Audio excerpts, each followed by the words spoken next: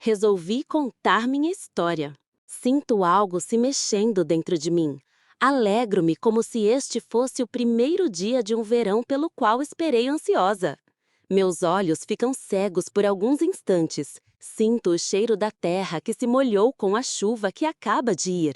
Sinto tudo com uma intensidade que me parecia perdida, e sou tomada por um sentimento de completude e alegria que deixei de sentir no dia em que me despedi do meu mestre para nunca mais voltar a vê-lo.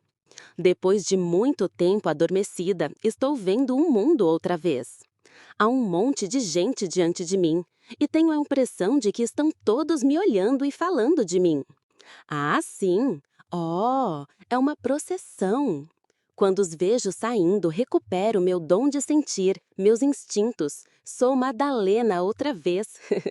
Sinto-me assim ao ver minha cabeça dentro daquela escultura dourada, ou pelo menos a cabeça que dizem ter sido minha, uma relíquia guardada atrás do vidro, naquele busto dourado que a procissão vai levando a caminho da basílica que tem o meu nome. Convenhamos, né? Um crânio sem olhos, sem pele ou cabelos, por mais que seja sustentado por anjos dourados, não é a melhor imagem que poderiam ter de mim. Mas será que isso importa, meu Deus? No tempo em que caminhávamos pela Galileia, posso dizer com certeza que o mestre não se preocuparia com aparências. E para mim, afinal, sou eu a dona do crânio, é maravilhoso perceber que essa gente toda veio à região da Provença, no sul da França, por causa de mim.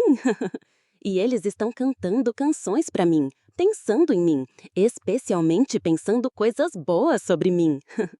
Santa Maria Madalena, amiga fiel de Jesus Cristo, é o que estão dizendo. A procissão saiu de uma pensão que tem meu nome e agora segue. Os peregrinos levam, além do meu crânio, uma caixa dourada com um osso que dizem ter sido parte de minha perna. Há ali também um pedaço de tecido humano que teria pertencido a meu rosto. E eles estão indo para a gruta onde dizem que rezei, que passei muito tempo rezando. Não sei. Não posso me lembrar de tudo, não exatamente tudo o que vivi, da maneira como vivi. Mas ouça os devotos, eu estou ouvindo e me alegro. Recitam o Cântico dos Cânticos como se até aqueles que viveram antes de nós houvessem falado de mim, dizendo que me escondi como uma pomba na fenda de uma rocha. E em seguida pedem que eu mostre meu rosto. Imagino que a fenda na rocha seja a gruta para onde estão levando minhas relíquias, num vilarejo de nome comprido, Saint-Maximile-la-Sainte-Baume. E lá estão de novo os anjos, levados pelo povo em cima de um andor e conduzindo minha cabeça. Deixe-me ouvir sua voz, pois sua voz é suave. Eles continuam recitando os cânticos. Como eu gostaria que ouvissem minha voz. Tenho tanto a dizer, fui silenciada pela força dos homens, tratada como a última das últimas. E o seu rosto é lindo, eles terminam o cântico, talvez imaginando que qualquer rosto que eu tivesse haveria sido bonito. Na Idade Média escreveram que eu era linda, que meu corpo era bonito e proporcional, que meu rosto era atraente. Mesmo lisonjeada, preciso confessar que não sei de onde o arcebispo Rabanos Mauros tirou isso. E convenhamos, a beleza está na imaginação desses peregrinos, vem da fé e da devoção dessas pessoas, pois um crânio, por mais que seja agora uma relíquia de santa, jamais revelaria beleza. Deve ter sido por isso que antes que a procissão saísse, resolveram cobrir a face daquele busto dourado que sustenta o crânio. Cobriram-no com uma bela máscara, bonita mesmo, mas que não tem nada a ver com o meu rosto. Eles estão andando, eu os acompanho e percebo que faz muito calor. Desde que mataram o mestre, o mundo mudou demais. A vida sobre esta terra ficou tão diferente e em tantos sentidos que o que mais me importa, sim, finalmente estou me permitindo pensar mais em mim, é que depois de muitos séculos eu deixei de ser somente a prostituta que testemunhou a ressurreição e finalmente eu estou sendo tratada como apóstola daquele a quem todos chamam Cristo. Não era para sentir-me honrada? Madalena, apóstola de Jesus, ouso escutar. Eles levam flores para mim. Será que ainda é pecado sentir um pouquinho de orgulho? Tocam músicas para mim.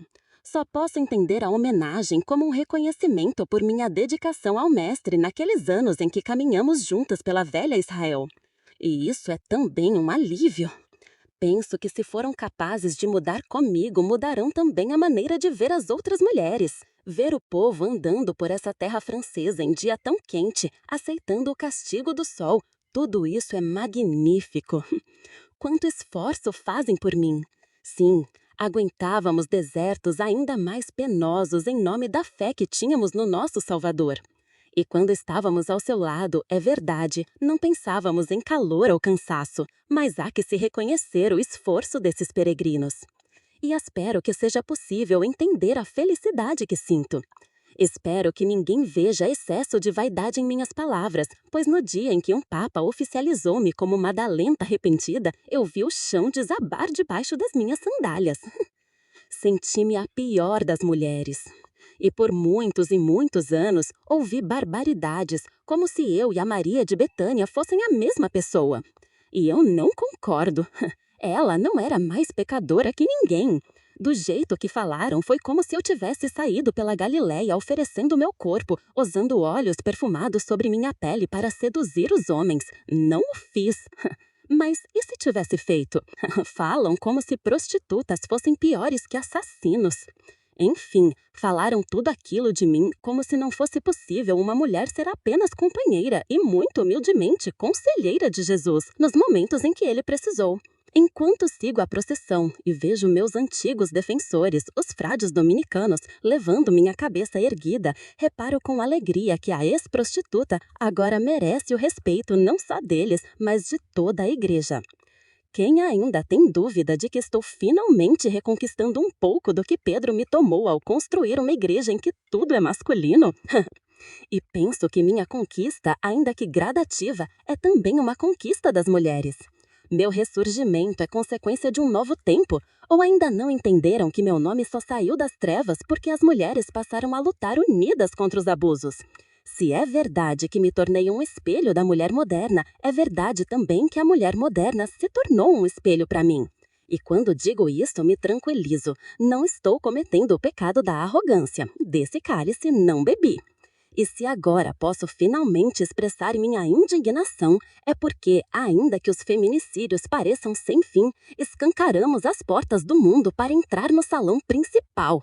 Agora vão ter que nos ouvir. Empatem-se. E não falo apenas da mulher que esteve ao lado de Jesus até mesmo em sua morte e em sua ressurreição. Refiro-me a todas, pois, sem jamais ter feito nada com essa intenção, vejo que muitas mulheres se inspiram em mim ou no que começaram a dizer agora sobre mim e não voltaremos atrás. Quando volto à procissão e percebo que estão quase chegando à gruta e não vejo mulheres na frente, lembro-me de que Pedro não era capaz de conter-se em seu grande ciúme, indignação mesmo, por me ver conversando a sós e sobre coisas muito importantes com o mestre que amávamos tanto. Só eu sei como Pedro tinha o pavio curto. Perguntava aos outros por que Jesus me amava mais que a eles, queria expulsar-me do grupo. Só eu sei também o quanto precisei esperar por este dia. Ainda que estejam levando apenas meu suposto crânio, um pedaço de pele e um osso desidratado que dizem ser de minha perna, sei o quanto isso é sagrado. E quando vejo a procissão chegando ao fim, sinto-me recuperada em minha honra e memória. Lembro-me dos momentos felizes, quando pude entender os pensamentos do Mestre, quando estávamos todos juntos, mesmo que repletos de dúvidas e com algumas desavenças entre nós. Lembro do quanto nos esforçávamos para entender sobre a luz que emanava daquela alma verdadeiramente santa. Lembro do dia em que perguntei ao Mestre o que seria de nós depois da morte. Quando vejo a quantidade enorme de gente que vai chegando à entrada da gruta, suando, sem se importar se é verão, sem reclamar do calor, subindo uma escadaria enorme, levando minha cabeça com tanto cuidado, sinto que valeu a pena. Não, de maneira alguma fiz alguma coisa pensando em ser lembrada. Nem sequer foi escolha minha estar sozinha naquele jardim na hora em que Jesus me apareceu diante do túmulo. Se ele tivesse aparecido minutos antes ou depois, me veria ao lado de Joana e de Salomé, e de Maria Santíssima, sua mãe, e talvez de Arimateia, Nicodemo, não me lembro exatamente a hora em que cada um chegou ou saiu, e do querido João. Talvez até Pedro já estivesse por lá. foi escolher o do mestre, apenas dele fazer de mim sua mensageira. E só eu sei o quanto Pedro ficou furioso quando cheguei para contar-lhe a grande notícia. Acusou-me de mentirosa, deu-me de Tomé e foi lá ver com os próprios olhos. Sempre ele, pensando que uma mulher não poderia saber da ressurreição antes dos homens, certo de que não poderia ser eu, Madalena, a portadora de uma notícia tão especial quanto o reino dos céus. Mesmo sem ter pedido coisa alguma, mesmo que tudo o que me aconteceu tenha sido apenas acaso, existe mesmo acaso, meu Deus? De qualquer forma, ao ver que agora gostam tanto assim de mim, e que falam bem de mim, e que rezam por mim, e ainda por cima vendo que construíram tantas igrejas e deram a elas meu nome, sinto-me feliz e reconfortada. Além da basílica onde minha cabeça chegou agora, construída em cima da gruta, dentro da rocha, como nos cânticos que me cantaram, há outra igreja na Borgonha, ainda na França, num lugarejo medieval chamado Vézelay, para onde disseram que um padre levou meu corpo